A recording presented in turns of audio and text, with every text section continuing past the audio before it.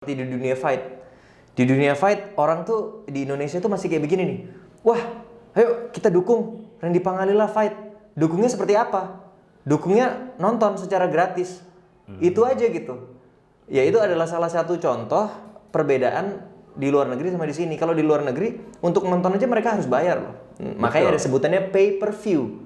Pay per view. Untuk nonton si petarung ini fight, kita harus bayar.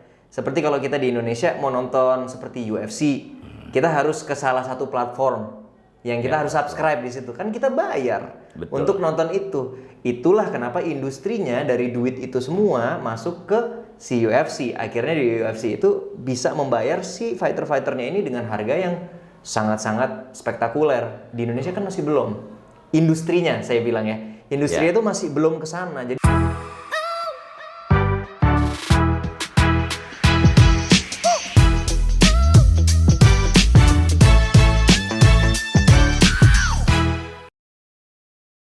Oke, selamat bertemu kembali Clickers di Klik Info ID. Sekarang saya Ferry Haras bersama tamu kita yaitu Randy Pangalila. siap. Halo semuanya, apa kabar? Apa kabar Bang Fer? Baik, Randy Pangalila ini diundang Klik Info untuk menceritakan kesibukan yang selama ini apa aja nih. Pertanyaan pertama, saya mau tanya, ceritain kesibukan Randy sekarang. Kesibukan sekarang? Iya. Waduh, kalau sekarang sih emang lagi padet-padetnya sih, Bang. Jadi kayak sekarang kebetulan lagi ada sinetron terbaru. Udah gitu bukan cuma satu, dua. Jadi di satu tayang semua tuh. Di PH yang sama, tapi dua-duanya masih lagi bikin promo. Belum tahu yang mana duluan yang bakalan tayang. Tapi saat ini sih sekarang lagi kesibukannya syuting. Tetap latihan-latihan bela diri, sama ya ada banyak urusan-urusan keluarga lah, karena kan tahun ini harus perpanjang juga surat izin tinggalnya istri, terus karena istri dari luar ya. Iya, istri kan orang Kanada kan, jadi kitasnya udah habis, harus perpanjang lagi, terus habis itu mau bikin kitab kan tahun ini, jadi kartu izin tinggal tetap, jadi itu prosesnya sih lumayan bikin pusing sih, lumayan banyak ya. Jadi sekarang lagi ribet sama urusan itu. Ada syuting-syuting juga, sama kan anak kan udah baru 1 tahun. Baru ulang tahun kayaknya. Baru ulang tahun. Happy birthday buat putranya. Putra apa putri? Putrinya Bapak Randy Pangalila. Ya. Iya, jadi ya lagi urusan itu aja sih. Pilih mana pertarung? Apa artis atau dua-duanya? Oh, maksudnya di dunia aktor atau pertarung? Lebih kental kemana? Lebih kental kemana? Kalau lebih kentalnya sih, ya kita realistis aja ya di dunia entertainment. Di dunia petarung nggak ada duitnya, maksudnya ya memang cari duitnya ya di acting, ya syuting, ya pokoknya di situ. Kalau di dunia bela diri sih lebih ke hobi aja, yang kebetulan memang bisa disalurkan dengan ada banyak sekali platform-platform dari TV swasta juga sekarang sudah mengadakan banyak sekali acara-acara bela diri gitu kan, ya seperti MMA atau sekarang ada tinju juga gitu. Awal mulanya jatuh cinta bertarung tuh pertama ceritanya gimana Bang Randy? Sebenarnya sih kalau gua tuh udah lama ya Bang. Dulu atau sebelum gua masuk ke dunia entertainment di Surabaya itu juga gua tuh dulu atlet taekwondo awalnya. Jadi dulu dari kelas 4 SD itu gua dimasukin sama bokap gua ke taekwondo dari masih kelas 4 hafal ya, SD. Bacagi, Dwi Cagi. Wah, udah hafal Dwi Cagi, Dwi Hurigi, Dolke semuanya deh. Mau Tega 1 2 3 4 5 6 tuh ujiannya tuh dulu harus hafal kan semuanya. Jadi awalnya sih sebenarnya cuman untuk kegiatan-kegiatan aja, karena guanya tuh dulu waktu masih bocah, guanya bangor banget gitu. Gue nakal banget dulu, maksudnya suka berantem di sekolah. Suka berantem, mukulin orang. Suka berantem dari masih TK sebenarnya, dari masih TK tuh kakak gue kalau digangguin sama kakak kelas itu gue samperin. Nah, jadi pelindung keluarga antara kakak. Gue selalu ngelindungin kakak gue, kakak gue cewek kan. Dari dulu tuh memang gue tuh sering banget berantem waktu SD. Bokap gue tuh dipanggil sama kepala sekolah berkali-kali karena gue sering banget masih kelas 1 SD, gue inget banget gara-gara rebutan pensil. Itu lawannya sampai babak belur apa memar apa? Ya minimal mimisan lah pasti. Gitu. Jadi dari kecil tuh emang kayak gitu. Terus bokap gue ngelihat mungkin wah nggak bisa nih dibiarin begini kan, takutnya kebiasaan temperamen yang nggak bisa diatur, terus habis itu ngerasa jagoan, nanti malah pas sudah dewasa bahaya kan, dimasukin lah gue ke taekwondo waktu itu, karena kebetulan usia kelas 4 SD. Wih, Nah, jadi muda sekali karena waktu itu kebetulan temennya papa salah satu sabamnim di sabam guru Dragon Martial Arts Academy di Surabaya. Gue masih ingat namanya Sabamnim Ferry. Itu yang pertama kali ngajarin gue di taekwondo. Nah dari situ tuh ya gue ngikutin prosesnya dan di situ gue banyak belajar bahwa ternyata kalau kita di luar di dunia orang yang nggak ngerti bela diri mungkin kita bisa ngerasa jagoan. Ya. Begitu masuk ke dunia taekwondo waktu itu kayak wah ternyata men gue nggak ada apa-apanya sama yang lain gitu. Nah di situ tuh baru ada proses apa ya humble gitu loh. Jadi mulai jadi kayak nggak sosokan, mulai bisa jaga diri yang lebih baik. Terus habis itu mulai nggak ngeremehin orang lain. Jadi kalau ngelihat orang tuh kalau dulu kan kayak elah dia bisa apaan sih. Semenjak gue masuk bela diri, masuk taekwondo, gue nggak pernah lagi kayak gitu. Kayak ngelihat orang kayak gue nggak tahu nih dia bisa apa nih. Karena dulu gitu kayak wah pertama kali masuk nih taekwondo pakai sabuk putih. Ada anak-anak bocah, ya elah ini ya bocah. Begitu masuk, sabuknya lebih tinggi dari gua. Terus habis itu pas tendangan-tendangannya lebih bagus daripada gua. Wah, ternyata gua masih kalah jauh dibandingin mereka semua gitu. Kalau saya kan ada kelebihan sendiri yaitu ilmu mustika. Wah, apa itu? Mustikabur. Mustikabur ya? Iya. Iya. Itulah. Minimal mustika kita. Iya. Saya 8 orang aja ngelari. Gimana mau lari udah diinjek-injek. Gitu loh. Tapi bener bang, kalau memang udah ngelawan 8 memang jurus satu-satunya memang harusnya mustika. Mustika. Iya, ngapain kita lawan? Iya. Sama pertanyaannya, lu ngapain sampai dikeroyak 8 orang? Antara sinetron dan bela diri atau bertarung lah. Maaf, budget atau honornya lebih enak mana nih? Ya enakan syuting lah. Beda ya? Beda. Mungkin karena ini sih kembali lagi ke industrinya sih. Betul. Mungkin karena ya kalau di dunia sinetron dan dunia perfilman, web series ya zaman sekarang banyak kan apa ya? Industrinya itu udah banyak yang nonton. Otomatis ya sponsor dan iklan itu lebih banyak yang masuk, otomatis ekosistem di dalamnya itu udah lebih jelas gitu pembayarannya. Kalau di dunia martial arts di Indonesia ini kan apa ya, terutama kayak mixed martial arts ya, di yang saya gelutin itu kan mixed martial arts. MMA itu kan bisa dibilang sangat-sangat baru gitu. Paling tahun berapa sih di Indonesia ini mulai ada MMA di One Pride gitu kan? Tahun berapa sih? Itu kayak masih baru banget gitu. Sedangkan pencinta MMA itu pelan-pelan baru ya sekarang tahun ini mungkin orang udah banyak yang tahu apa itu MMA. Tapi di tahun saya mulai orang tuh nggak ngerti apa itu MMA. Nggak ngerti apa itu MMA gitu. Jadi dari situ aja kita bisa melihat industrinya masih kecil gitu. Otomatis penontonnya juga masih belum luas. Di Indonesia aja masih belum luas. Ya pasti sponsor dan segala macamnya juga masih belum luas gitu. Kalau tanggapan Randy mengenai olahraga di Indonesia, mengenai bela diri gimana, Ren? Masih sangat-sangat perlu banyak perhatian sih. Maksudnya kita bisa melihat kayak atlet-atletnya itu nggak sepadan dengan resiko yang mereka keluarkan gitu. Dan maaf, sekarang banyak artis yang sudah dilupakan Indonesia loh. Seperti dulu Elias Pikal terkenal. Atlet maksudnya? Atlet. Nah, sekarang diabaikan begitu aja. Itu tanggapannya gimana, Ren? Ya itu amat sangat disayangkan sih hal-hal kayak gitu. Maksudnya apalagi kayak Om Elias Pikal ya. Dia kan bisa dibilang legendnya Indonesia. Membawa nama Indonesia itu sampai di kancah internasional loh. Betul. Bukan cuman tinju nasional, tapi tinju internasional. Harusnya ada apresiasi lebih lah. Ya, minimal keluarganya dipenuhi. Iya, gitu. Karena kan dia bisa dibilang pahlawan. Pahlawan dalam bidang olahraga, yaitu bidang olahraga, cabang olahraganya bela diri, boxing ya. Jadi harusnya dia punya dikasih apresiasi lebih daripada ya yang terjadi sekarang ya kan. Ya saya nggak mau bahas lah apa yang dia. Tapi cuman itu kayaknya semua orang juga udah tahu gitu ya kan. Jadi kayak itu sih dan sampai sekarang pun sebenarnya masih gitu.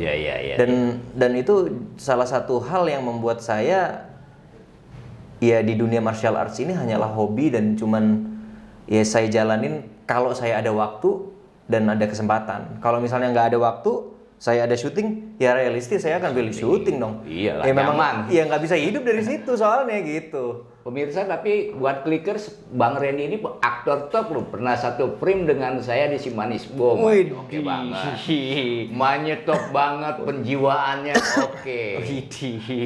Sekarang kembali lagi ke masalah bertarung. Bertarung kira-kira yang paling berkesan mencelakai seseorang waktu apa tuh? Di tahun-tahun berapa?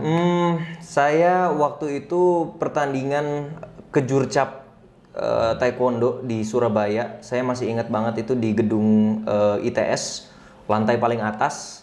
Itu tahun 2004 dan itu saya turnamen. Jadi saya udah menang. Itu satu harian, Bang.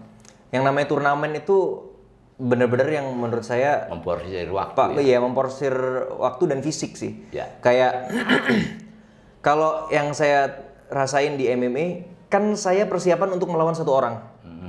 Ya, dulu waktu di kejurcap ini turnamen, satu hari saya ngelawan 4 sampai 5 orang. 4 kali pertandingan gitu. Dan itu ngerasa bener-bener wah ekstra capek banget. Terus di situ saya sampai patah jari sih. Sampai sekarang saya kalau misalnya genggam tangan itu di sini saya masih ada 2 bonggol ya. Yang di kiri, yang di sini nggak ada tuh. Oh iya, hilang ya? Hilang, patah. Ya. Di sini juga ini ada, di sini nggak ada, ini ada di sini. Ya. Patah. Jadi itu waktu 2004 kejuaraan waktu itu saya masih SMA kelas 2. Ya kelas 2 terus habis itu ya kejuaraan bawa nama sekolah dan cuman bisa dapat perak juara 2. Tapi ya itu adalah pengalaman yang sangat-sangat berharga dan sangat-sangat menarik dan saya nggak pernah nyesel ada di situ walaupun harus patah ya. Hal-hal yang paling disesali dalam bertarung apa tuh? Hal-hal yang disesali di dunia bela diri ya. Ya. Jadi petarung hal-hal yang disesali. Apa pendapatan tidak ada nominal cuma perak aja? Nggak ada sih, nggak ada yang saya sesalin mungkin karena saya di dalam hal ini saya di situasi yang bisa dibilang diuntungkan ya Bang ya. Maksudnya gini, saya bisa menyalurkan hobi saya di dunia bela diri, ada platformnya, ada tempatnya, saya bisa bertanding di situ. Tapi saya tidak harus terikat di dalam organisasi itu yang mana saya harus terus bertarung dan saya nggak bisa kerja. Jadi nggak ada yang saya sesali karena saya merasa saya ada di dalam posisi yang diuntungkan gitu. Saya bisa fight, tapi saya bisa kerja yang lain gitu. Nah, kalau misalnya saya ada di dalam posisi saya menjadi fighter yang profesinya memang menjadi fighter di organisasi itu, mungkin saya juga akan waduh, susah sih karena ya memang saya udah pernah syuting juga, terus harus apa ya ngerubah hidup saya untuk masuk ke dunia fighter itu kan, ya waktunya itu semuanya tuh buat persiapan fight, Betul. waktunya, tenaganya, terus habis itu belum lagi fisik, terus makanan, ya suplementasi semuanya itu kan kita harus fokus untuk itu kan, sedangkan iya Bang Ferry waktu kita syuting Si Manis kayak gimana? Pulang jam berapa? Pagi, kadang-kadang nggak pulang. Iya, jam 7 pagi. Jam 7 pagi. Lah, gimana kita menjadi fighter profesional kalau memang kita pada saat syuting aja nggak istirahat? Betul. Ya kan? Dengan waktu jobnya syuting si Randy Pangalila ini, boy banyak juga. 3 hari lagi saya bertarung, weh. Hampir saya mau ngelawan, cuma saya. Sesali sama ditakuti, itu beda-beda tipis. Iya. Hal-hal yang ditakuti jadi petarung apa tuh? Ya hal yang ditakutin pasti ya banyak ya Bang ya. Maksudnya itu adalah resiko yang kita harus terima dari awal ya. Cuman tentu dengan kita latihan yang fokus, kita latihan yang keras itu bisa mensiasati rasa takut itu. Kita takut apa sih? Kita takut nanti kita bisa patah tulang. Kita takut nanti bisa bonyok. Bisa mungkin berdarah, cedera. Rasa takut itu pasti ada dan itu normal. Yang namanya kita bakalan masuk ke dalam oktagon, kita akan ketemu lawan di situ, kita bakalan fight 5 menit satu rondenya. Ya pasti apapun akan terjadi di situ. Tapi dengan kita latihan keras, itu yang membuat at least rasa takut itu terminimalisir gitu. Ya. Gitu. Kalau dibilang rasa takut, ya pasti banyak. Apalagi kalau kita lagi nggak persiapan, wah ngebayangin untuk masuk oktagon aja itu udah serem banget sebenarnya gitu. Cuman ya makanya itu latihan yang keras, latihan yang rutin, terus ya kerja keras itu nggak akan mengkhianati hasil. Ya. Saat bertarung, full kita digembleng, dididik untuk melawan. Di karantina, nah, itu ada rasa kangen untuk bermain sinetron tiba-tiba. Pada saat lagi kayak begitu, Iya. terus kangen sinetron nggak ada lah. Nggak ada. Nggak fokus ada. di situ ya. Pada saat benar-benar lagi fokus untuk persiapan fight itu jiwa saya, hati saya, pikiran saya itu terfokus ke fight. Terfokus ke fight itu saya persiapan 1 bulan bahkan mungkin lebih itu di dalam hari-hari saya itu isinya ya cuma berantem aja ya Dan sama memang benar-benar persiapan. concern, jangan sampai lengah sedikit terpukul. Betul, dan nggak bisa kita pada saat lagi latihan begitu terus fokusnya ke wah habis dari latihan ini terus kita syuting, wah susah. Ya, betul. Susah. Betul. Itulah sebabnya Bang. Ini saya juga kepengen ngomong nih. Ya. Ya mumpung lagi ada di Klik ID ini. Kan banyak juga sekarang yang nanya, Randy ditawarin untuk fight lagi, Ya. bahkan ada penantang lah, terus ditawarin untuk mungkin di cabang olahraga lain seperti tinju. Saya mau bilang, saya bukan yang nggak mau terima, saya mau. Tetapi seperti yang saya bilang, pada saat saya mau menerima pertarungan itu, saya harus fokus 100% di persiapannya, Ya. di latihannya. Dan saat ini, jujur saja, saya sedang lagi ada banyak kerjaan seperti syuting. Dan saya jujur aja, nggak bisa kalau saya harus terbagi fokusnya. Saya syuting juga, habis itu persiapan juga, harus mikirin strategi, mikirin fisiknya bagaimana. Pada saat syuting kurang istirahat apa segala macam, ya menurut saya itu nggak worth it sih. Jadi lebih baik saya bilang ya nanti aja dulu. Tapi kalau misalnya ditanya apakah bakalan, ya bakalan. Tunggu aja. Tapi untuk saat ini ya belum. Karena saat ini saya masih ada prioritas. Saya udah punya anak, udah punya keluarga, ya kita realistis saja. Ya kan, untuk saya kepala keluarga, saya harus ya menyediakan dapur ngebul untuk iya kan untuk anak istri saya. Nah, makanya kalau saya dapat pilihan, ya saya syuting dulu lah. Saya bodoh amat sama mau ditawarin fight. Tapi setelah syuting itu selesai dan saya ada perhitungan dapurnya semuanya udah aman, let's take the fight. Kasih persiapan 2 bulan lah. Ya, ayo kita fight lagi. Jadi kayak buat saya fight itu hobi yang nanti dulu kalau ada waktunya, ayo kita lakuin hobi. Tapi pada saat nggak ada waktunya, ya kewajiban duluan yang harus saya duluin gitu. Ini boleh dikatakan Bang Randy Pangalila ini sudah dikatakan sabam lah. Ada rencana untuk buka pendidikan seperti bertarung nggak? Aduh, Ke depannya? sebenarnya impian itu ada banyak sekali. Bahkan impian itu bukan cuma saya aja ya Bang ya. Ada banyak sekali teman-teman saya dari Warrior Fight Camp juga. Banyak fighter-fighter yang rekan-rekan saya seperti champion di Indonesia ini Rama Supandi. Dia juga salah satu teman baik saya. Yang kita semua itu punya impian untuk bikin rumah bela diri kita sendiri ya, seperti taekwondo, kickboxing, Bahkan Brazilian Jiu-Jitsu. ada beberapa pemodal, udah kita pinjam nama Randy aja, kita yang modal. Waduh, kalau Ya ada kan, yang ada kayak gitu, juga, ya. boleh banget dong. Ah, senang banget ya. Seneng banget dong kalau ada kesempatan kayak begitu. Karena kebetulan memang itu adalah jiwa saya juga suka ada di dunia itu. Kalau sampai ada yang memang mau mensponsori untuk membuat tempat bela diri sendiri, pasti akan dengan senang hati. Loh, clickers, para bos-bos, lihat. Randy sendiri siap Siap. ya, untuk menjual atau mendompleng nama Randy Pangalila. Aduh, ke apalagi tarung Indonesia. Apalagi saya punya anak Bang, perempuan. Saya pasti akan masukin ke bela diri. Ya. Gini, maksud saya tidak akan maksa anak saya untuk menjadi atlet seperti saya dulu. Mengalir sendiri. Itu terserah, itu pilihan hidup dia. Tapi untuk memberikan basic, Pegangan. itu tanggung jawab kita. Ya. Harus, karena dia perempuan. Dan ya, dia harus bisa jaga diri gitu. Ya. Nanti pada saat dia udah bisa jaga diri, Pak, mau jadi atlet, ya terserah, itu pilihan kamu, bukan papa yang suruh gitu. Tapi kalau misalnya enggak, ini cuma jadi pegangan hidup aja, sisanya dia mau jadi apapun ya itu pilihan hidupnya dia gitu. Oke, clickers, kita doakan semoga anaknya ada regenerasi Pangalila yang baru. Amin. Iya.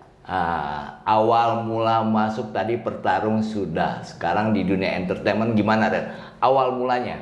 Sebenarnya ujung-ujungnya muter-muter lagi dari dunia bela diri lagi, Bang. Oh, Iya. awalnya bela diri dulu. Awalnya itu kan karena dulunya saya itu atlet taekwondo. Nah, di 2004 itu saya habis selesai kejuaraan, saya ke Jakarta kan.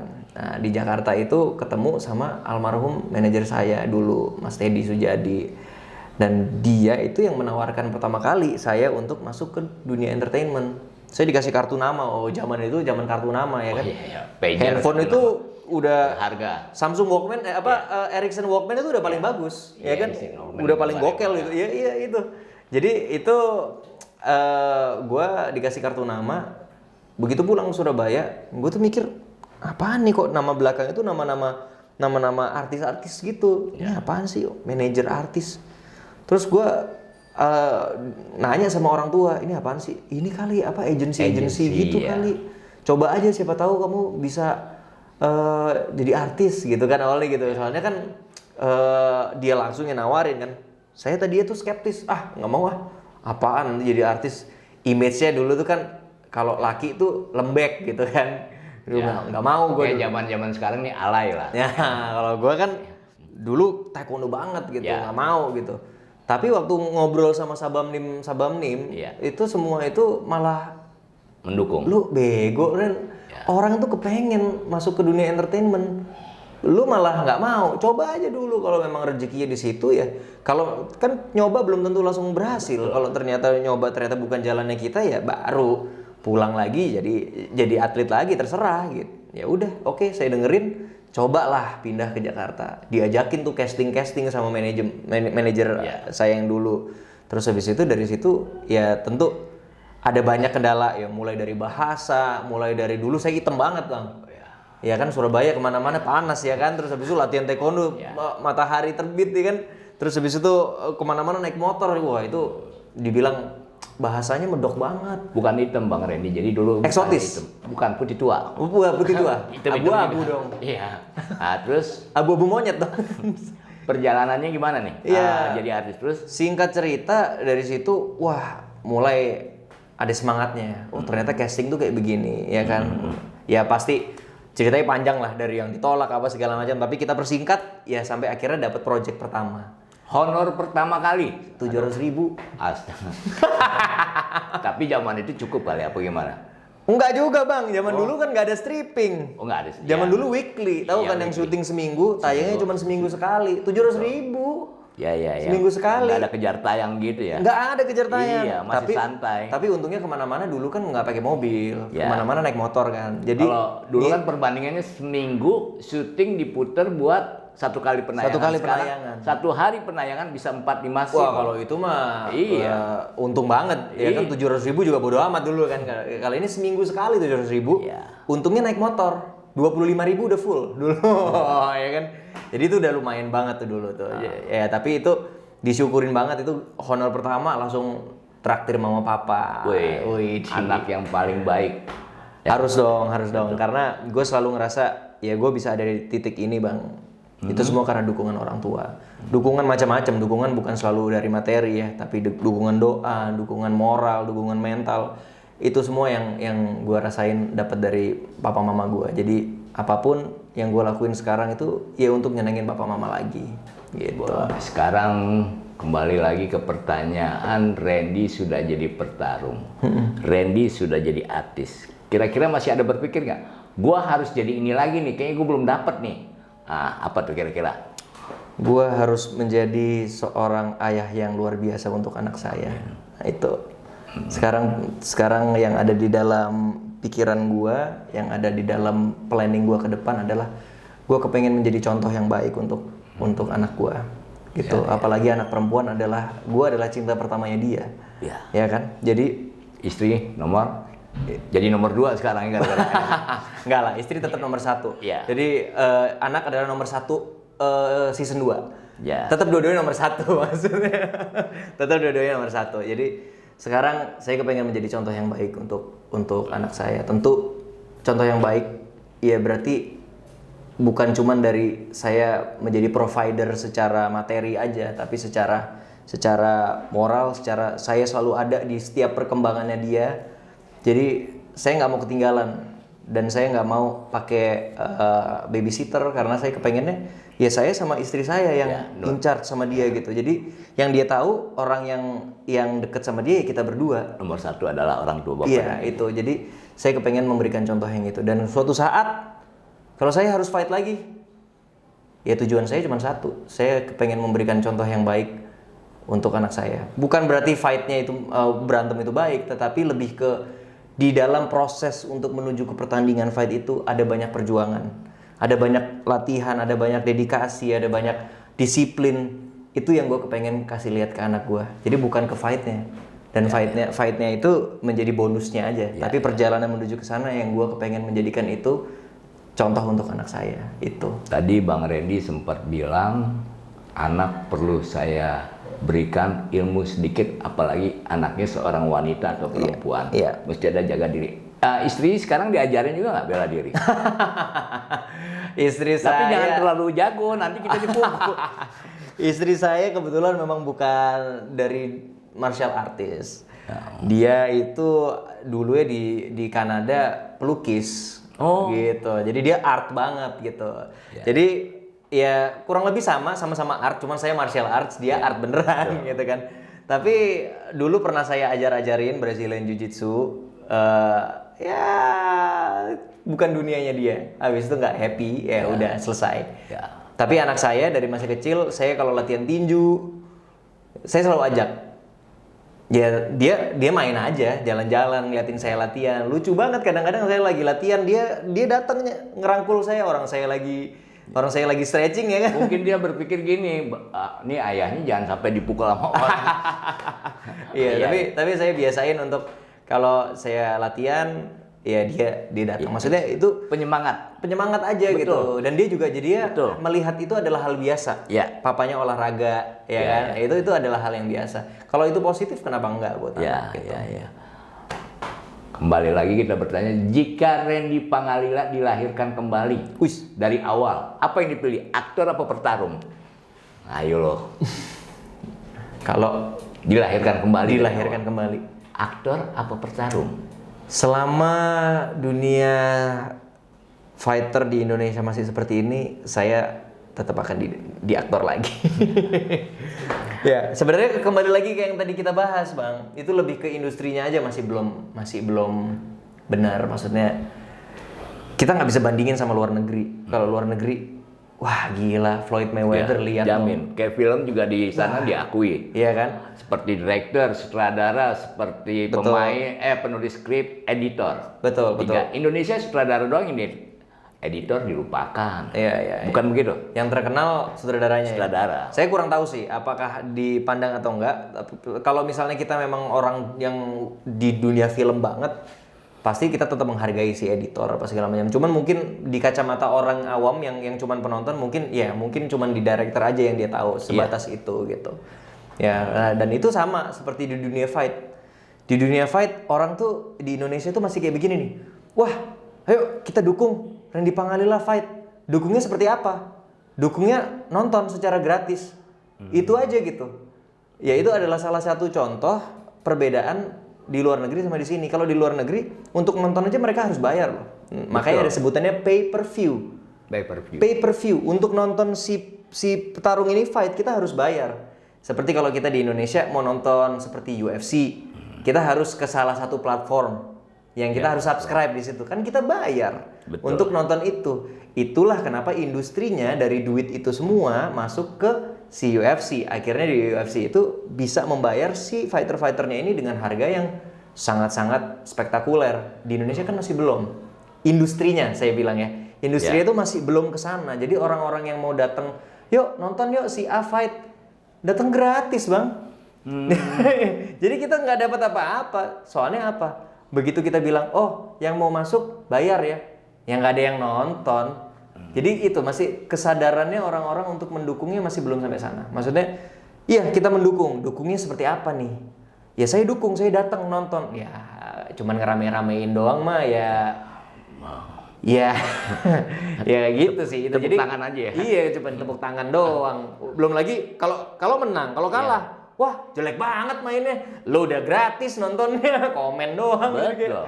Itu sih kayak di situ ya masih apa perlu banyak yang dirubah sih kayak sistemnya gitu. Apa film atau sinetron yang paling berkesan buat Randy? Film udah lumayan banyak banget Bang, dan saya nggak pernah ngitung sebenarnya udah berapa. Tapi kalau yang berkesan, yang pasti sampai detik ini adalah Kucumbu Tubuh Indahku. Itu sangat-sangat berkesan buat gua film itu, karena di film itu sampai menang nominasi film festival di negara macam-macam ya. Di Italia juga, di Asia Pasifik juga, di Australia itu banyak memenangkan film festival, dan itu adalah sebuah kebanggaan buat saya. Dan di film itu juga saya akhirnya bisa dapat Festival Film Bandung 2019 dan juga saya masuk nominasi Festival Film Indonesia di tahun FFI ya, tahun berapa tuh Bang? Iya, 2019. 2019 itu saya masuk nominasi FFI. Walaupun saya nggak menang, tapi bisa sampai ada di Kategori dalam masuk itu. kategori masuk nominasi pemain pembantu terbaik itu menurut saya udah adalah luar biasa. sesuatu hal yang luar biasa. Jadi film itu adalah film yang menurut saya nggak bisa saya lupain, karena dari situ itu mulai dari awal mula saya di dunia film sih. Loh, Clickers, Klik Info ID, baru saja Bang Randy cerita semua biografi tentang ya langkah-langkah kehidupan dia sayang pada anak perempuannya. Ucapan apa yang ingin diberikan kepada yang sangat berharga buat Bang Randy? Kepada siapa kira-kira? Kalau ada ucapan nih, baik di Pertarung maupun di sinetron, ucapan kepada siapa? Waduh, ini berat ya, karena ini banyak banget, karena yang paling sangat berharga dan kalau saya itu orangnya semakin itu berharga, semakin saya ingin mengucapkannya itu secara personal. Jadi kalau misalnya itu adalah untuk anak saya atau untuk istri saya pasti akan menemui sendiri dan mengatakan itu sendiri. Tapi kalau untuk di media umum, mungkin saya tidak akan mengatakan untuk orang yang paling penting buat saya. Saya mau mengucapkan untuk orang-orang yang sudah nunggu saya untuk fight berikutnya. Saya cuma mau bilang, tunggu aja tanggal mainnya. Itu akan tetap terjadi, tenang aja. Saya nggak kemana-mana, tapi untuk saat ini saya masih fokus dengan pekerjaan saya untuk keluarga saya. Setelah itu selesai, saya akan persiapan dan Anda pasti akan melihat saya lagi di atas arena, mau dimanapun, atau di arena MMA atau di tinju, tapi saya akan kembali lagi. Oke Clickers, itulah ungkapan dari Bang Randy. Tadi kita bisa pilah di antara untuk anak dan istri, seorang petarung jantan aja masih bisa sempat berkaca-kaca. Inilah saking sayangnya sama keluarga, top is the best. Siap. Terima kasih. Sama-sama Bang Ferry. Sudah datang di Klik Info ID. Thank you Klik Info. Apa ucapannya kepada Klik Info ID sendiri? Ya, yang pasti sukses selalu untuk Klik Info, dan apalagi Klik Info sekarang udah mulai masuk ke media sosial. Semoga semakin banyak subscribernya dan bisa memberikan konten-konten yang menarik berikutnya. Oke. Siap. Salam.